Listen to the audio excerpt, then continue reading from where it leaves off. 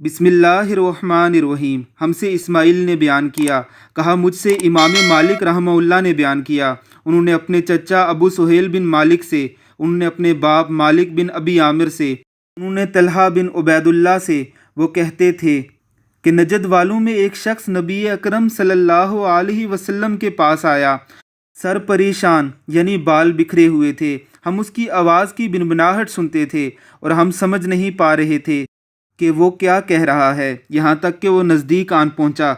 जब मालूम हुआ कि वो इस्लाम के बारे में पूछ रहा है, नबी अकरम सल्लल्लाहु अलैहि वसल्लम ने फरमाया कि इस्लाम दिन रात में 5 नमाज़ें पढ़ना है।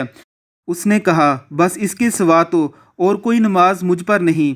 आप सल्लल्लाहु अलैहि वसल्लम ने फरमाया, नहीं मगर तू नफल पढ़े तो और बात है। नबी करीम सल्लल्लाहु अलैहि वसल्लम ने फरमाया, और रमज़ान के रोज़े रखना। उसने कहा, और तो कुछ मुझ पर नहीं है।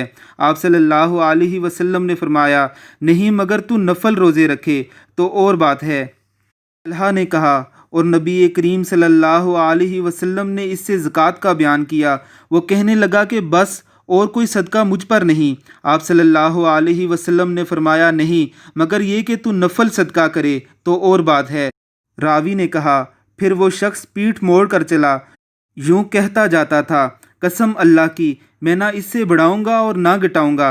नबी करीम सल्लल्लाहु अलैहि वसल्लम ने फरमाया, अगर ये सच्चा है तो अपनी मुराद को पहुंच गया। सही बुखारी हदीस नंबर 46।